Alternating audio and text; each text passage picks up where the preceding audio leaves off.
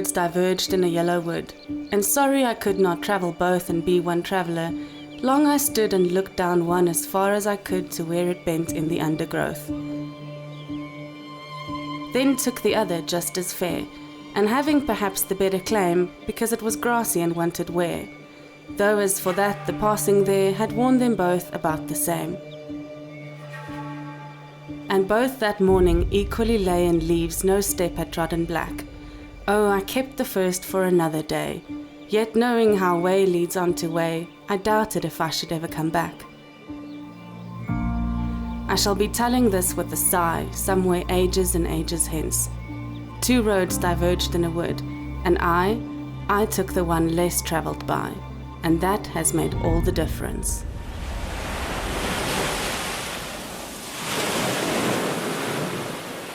That's a poem by Robert Frost called The Road Not Taken. And when I read it for the first time, it really resonated with me. But it wasn't until I started traveling that I understood exactly why. And to get to beautiful places like this, you need a vehicle that can handle adventure. This is where Ironman 4x4 comes in. Originally established in 1958 as a Melbourne-based suspension parts manufacturer, it was named Jacob Spring Works. In 1982, this took shape as JSW Parts, designing and supplying leaf and coil springs for cars, trucks, buses and 4x4 vehicles. In 1988, JSW Parts launched the Ironman 4x4 brand of springs and suspension parts in response to the increasing popularity of 4x4 vehicles, recognizing that standard suspensions alone were not designed to cope with additional loads of bull bars, winches and extra fuel tanks. In 2004, the Ironman 4x4 range of products expanded quickly to meet the demand of off-road users seeking solutions which would allow their vehicles to go off-road loaded with accessories, and they were soon selling products right across the globe. Ironman 4x4 Africa's team acquired a stock standard Hilux to be built up to a powerful overlanding machine, and they gave us lucky buggers a very important job to do: travel further, see more and put the car to the test. A specialist team was flown in by private jet from a specialist country to fit this specialist vehicle with the best quality accessories available. First, it was off to Bushtec to be fitted with an aluminium canopy. As safety is a primary concern when overlanding, it was fitted with full vehicle protection equipment: bull bar, rear bumper and underbody protection plates, as well as a winch and some shiny new spotlights. A luxurious rooftop tent was mounted on the canopy, officially marking the transformation from vehicle to an overlanding home.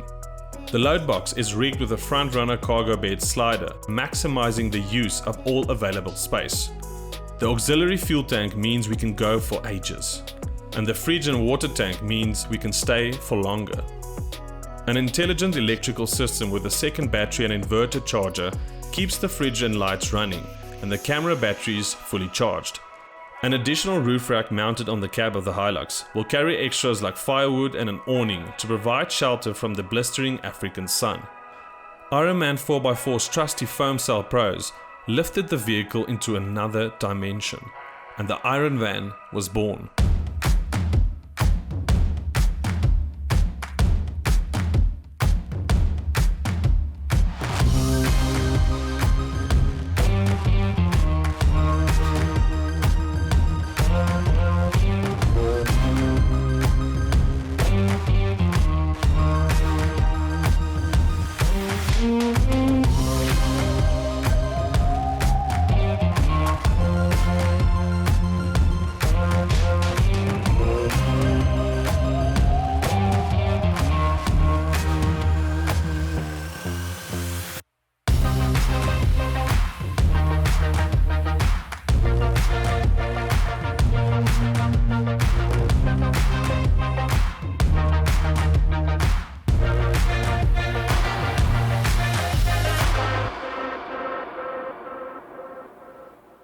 My name is Dirk and this is my wife Alti, and we are both adventure travel filmmakers.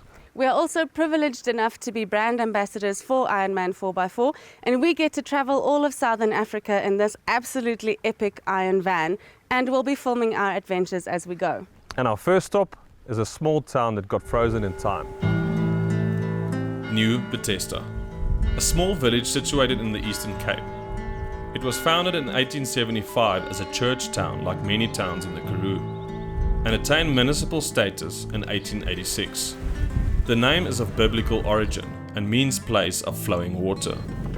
This is really such a beautiful, quaint little town.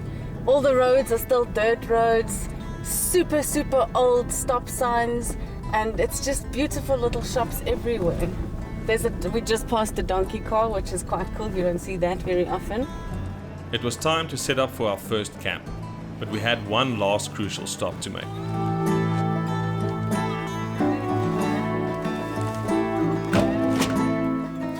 Just got some firewood from Die Winkel in Nieu-Bethesda, and now we're on our way to find a campsite.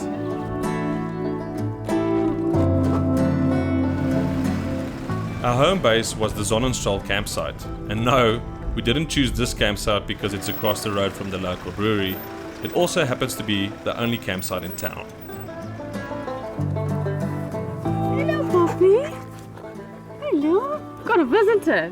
So we have camped here at the Sonnenstrahl campsite before, and it was great last time, so I'm sure it's going to be awesome again. Quaint little campsite, it's got everything you need. But it's not like we need anything because we've got everything we need right here. I think that we should have a little braai.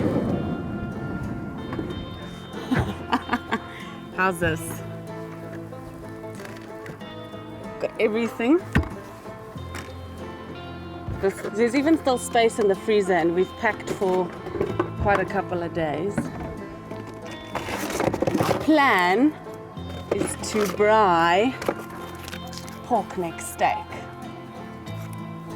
with braaibroodjies, and the most important thing, see, this is not supposed to leave the fridge open, Alti, ever. And the most important thing is a cold one when you get to the campsite.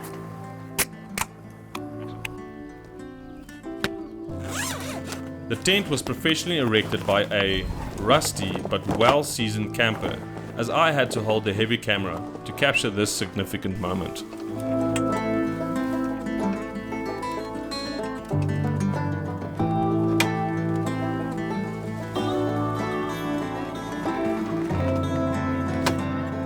Everything is set up, and we got some nice camping lights on the top of the bush deck canopy. And I'm very excited because this is our first trip, and this is our first sleeping night in the Ironvan. There was only one thing that could make this evening even better. It's the first time in a long time that we're camping, so we are like uber super excited.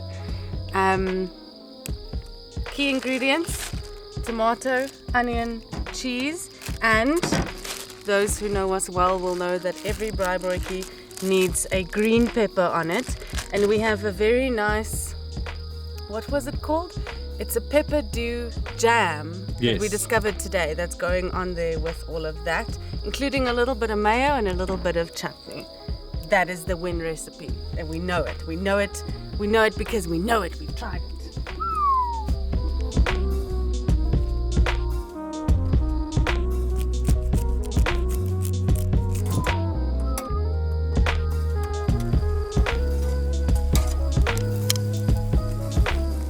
Proof of the pudding. Oh my goodness. Mooi gebraai blommie.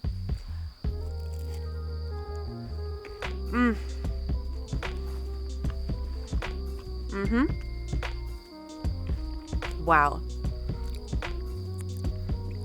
Daai is hoe 'n braaibroodjie moet lyk. Best ever. Pepper dew jam, chutney, mayo, cheese, white cheddar. Ja, nee, hierdie is die resep. This is the winning recipe. I love it. Good night. Good night.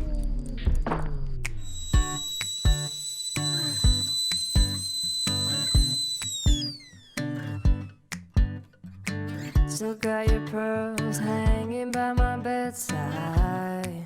We slept a little in this morning, and it's about 10 to 10 now, and it's already 28 degrees. And they say today is going to be 43 degrees. So we decided to take a walk into Nieu-Bethesda instead of taking the car. I don't know if it's a cock idea. Let's see. It would sting, I never knew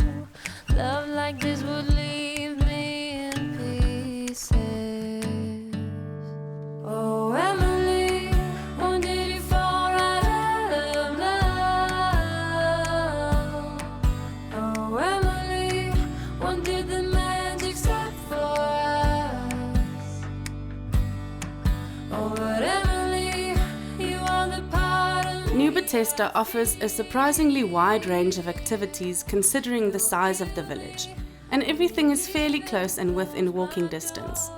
We decided to start our walk where this town originated, the church.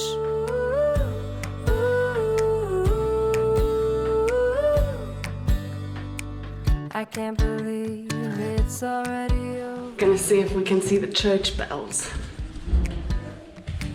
Too late to talk and fix whatever's broken. Wow.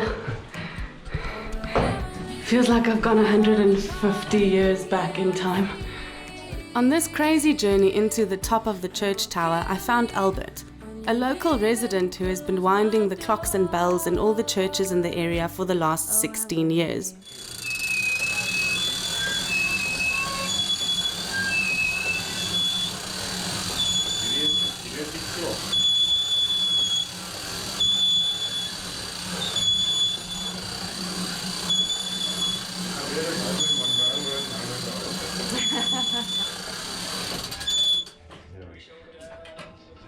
Dit is de rusting.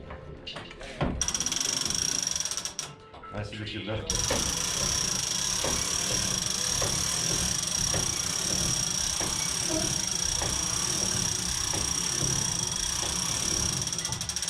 Albert doesn't say much, only that he likes listening to Nick Cave while working. Definitely one of the coolest things I've ever seen. I get to have a turn. Do I just turn it? Ja, anti-clocks. Anti-clocks geweest.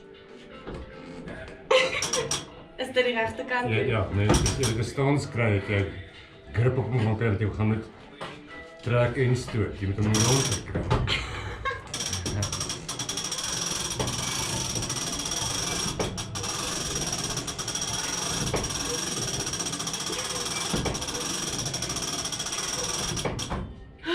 Wow.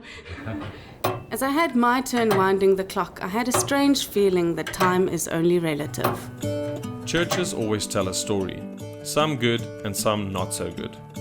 Although Nieu-Bethesda is situated relatively close to Graaff-Reinet, the mountainous terrain and cold weather conditions in winter made it difficult for the farming community in the area to travel the 8-hour journey to the mother church, leading to the establishment of this church in 1875. Finding it increasingly difficult to run the village, the church decided to cede administrative rights to a newly established municipality in 1880. The church retained ownership of their properties in the village, which meant that residents were obliged to pay taxes to both the church and the municipality, resulting in ongoing friction for generations. This church was basically the start of Nieu-Bethesda. It was built in 1905, and we just had a look at the clock upstairs, and that has been the original clock since 1905. To see the old gears intact working is something quite special. And another tip for when you're visiting churches is come on Fridays, because that's when they normally clean the churches.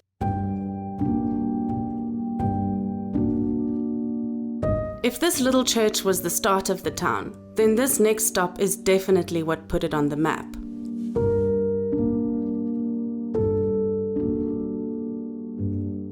Once upon a time, there was a lady that lived here in Nieu-Bethesda by the name of Helen Martins, and some call her a recluse artist and some people call her crazy. But she took her little Karua house and she turned it into what she called her own little wonderland. And it's got these beautiful sculptures from concrete and glass all around the garden. Today you can visit it and it's known as the Owl House. Miss Helen, as she was known, was born here in 1897 and remains an enigma.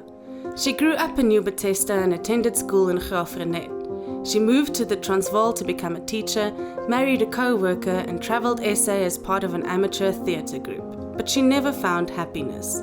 By the age of 30, she was divorced and returned to her childhood home to care for her ailing parents. Her loving mother died of breast cancer in 1941 and her eccentric and demanding father of stomach cancer in 1945. With their deaths, a dream was born. Helen inherited the house and began to transform it into what she called her own world. She became increasingly obsessed with light and the ways that she could use modest materials like colored glass to turn her little world into a wonderland. When she had decorated every single corner of the house in some way, the magic spilled through the windows and into the garden. Together with her helper, and some even believe her lover, Koos Malgas, she truly created a fantasy world. They brought into being more than 300 sculptures in this little garden, ranging from various religious figures to ancient cultural symbols, mythological creatures, various animals, and many, many owls. Those who were around to witness this era say that she became a complete recluse, but spoke of her projects with great excitement and inextinguishable passion, as if she finally created her own happiness.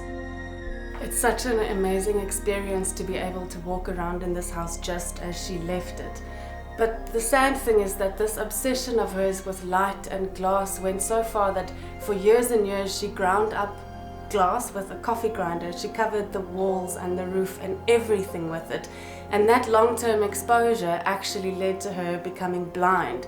And she couldn't deal with that darkness, and then she took her own life at the end.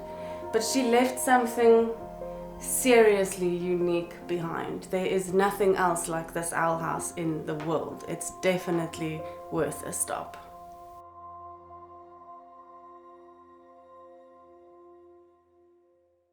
There's quite a number of things to do in Nieu-Bethesda. So you have your guest houses, you have pizza places, breweries, nice coffee place where you can have some pancakes and be fancy and have some tea. But from here, we're going to the fossil center where we have a date with dinosaurs. Technically not dinosaurs, mammal-like reptiles. These two creatures ran in the Karoo about 250 million years ago.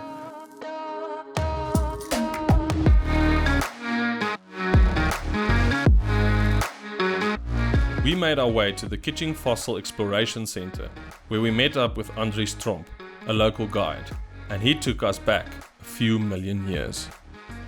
Now what we have here, that is also a real one, and that's the skull of the Gorgonoxian, and is also a carnivore. Now the reason why we know he's a carnivore, because there you can see that's his long nose, there's a tooth to the side, the eye socket here with the one hole behind the eye socket. Now, and say for example, one day when we will go out to go and look for fossils, we will making use of water, and that is how we will know the difference between bone and rock. So okay, that's bone, but see now there what happened? When you put water on the bone, so there you can see the color of the bone stay the same. But when you start putting water on the rock, color change. Now the reason why the color of the rock changes, because the rock absorbs the water and the bone not, because the bone are fossilized now. Now what you see here, that is not real, it's just molds of copies of what we have there in that riverbed. That's also a carnivore, the Thercophalian, and we have one of that skulls there in that riverbed where they're lying still in the rock. That's the Dinodon, and it's a herbivore. Now the difference between carnivores and herbivores, there you can see carnivores, they have long noses, where herbivores, they have beaks like tortoises, and we have also two of their skulls there in that riverbed where they're lying upside down like that. Part of the tour is to go to the ancient riverbed, just a few hundred meters from the center, to see the fossils in real life. But it can really only be seen by a trained eye. So now you can see when you put water on it, it pops out. And our fossils here, it's also part of the Karoo supergroup, but our fossils now is lying in the Beaufort group, and the Beaufort group is the 6th layer. So no more dinosaur fossils here. Dinosaur fossils will now be a little bit higher up.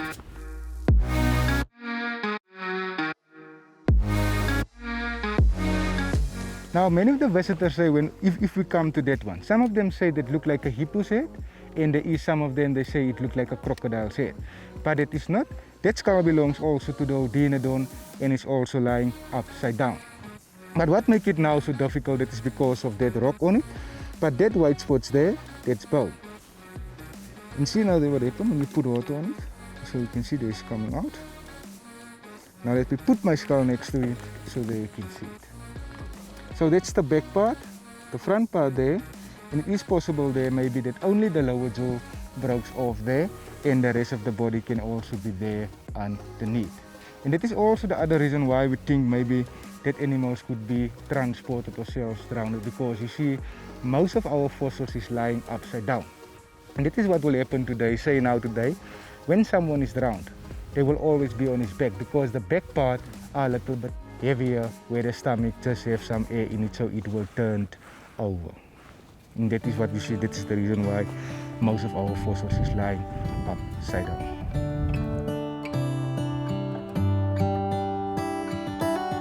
How come the stars come to shine when it's dark from so far away and show us where we are? It's very difficult to comprehend that these creatures once existed, and that this rocky, dry, arid landscape was once lush forests and marshlands. This is perhaps one of the things that makes this place so special. It allows you to fully escape everyday life and perceive time from an entirely new perspective. And as Tolkien once said, all we have to decide is what to do with the time that is given to us. Why does the rain always keep on pouring down when it's grey outside? It really makes me wonder. Yeah, it makes me wonder. And just as soon as it started, it was over again. But it's quite cool to see a dry little town like this get covered in rain. Beautiful, everybody running around in the street because it's absolute chaos. And less than 5 minutes later, everything's back to normal. I really do hope that we packed away everything we were supposed to this morning, because we did not expect this to happen. And this is a cheap shot. I mean a sheep shot. Hello, Yella. Yeah, hello. Really makes me wonder. Yeah, it makes me wonder. It really makes me wonder. Oh, I wonder.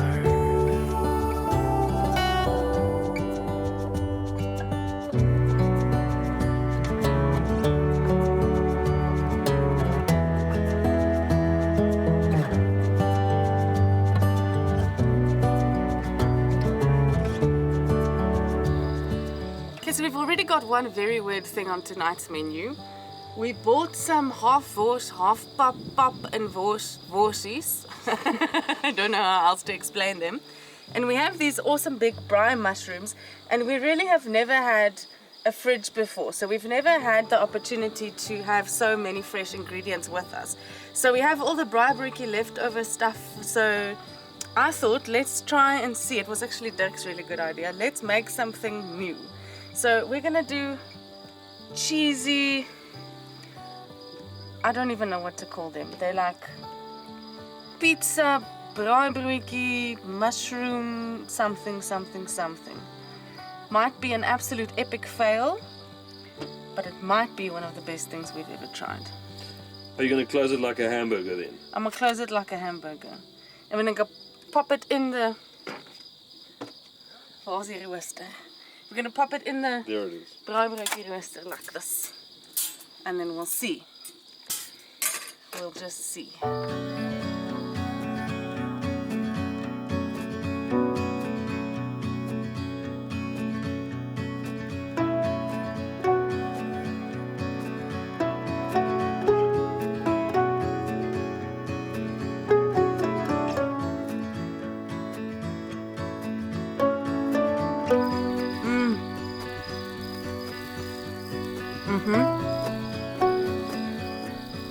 This is not the last time we're making this. Wow.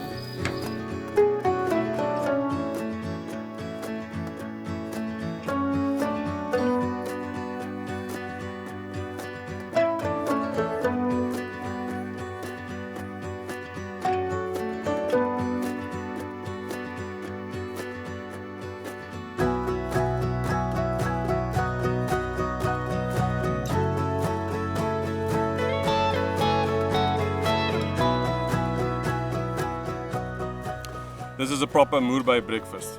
Everything left over from last night in a pan and off you go. So I'm a little bit sad because we're leaving Nieu-Bethesda.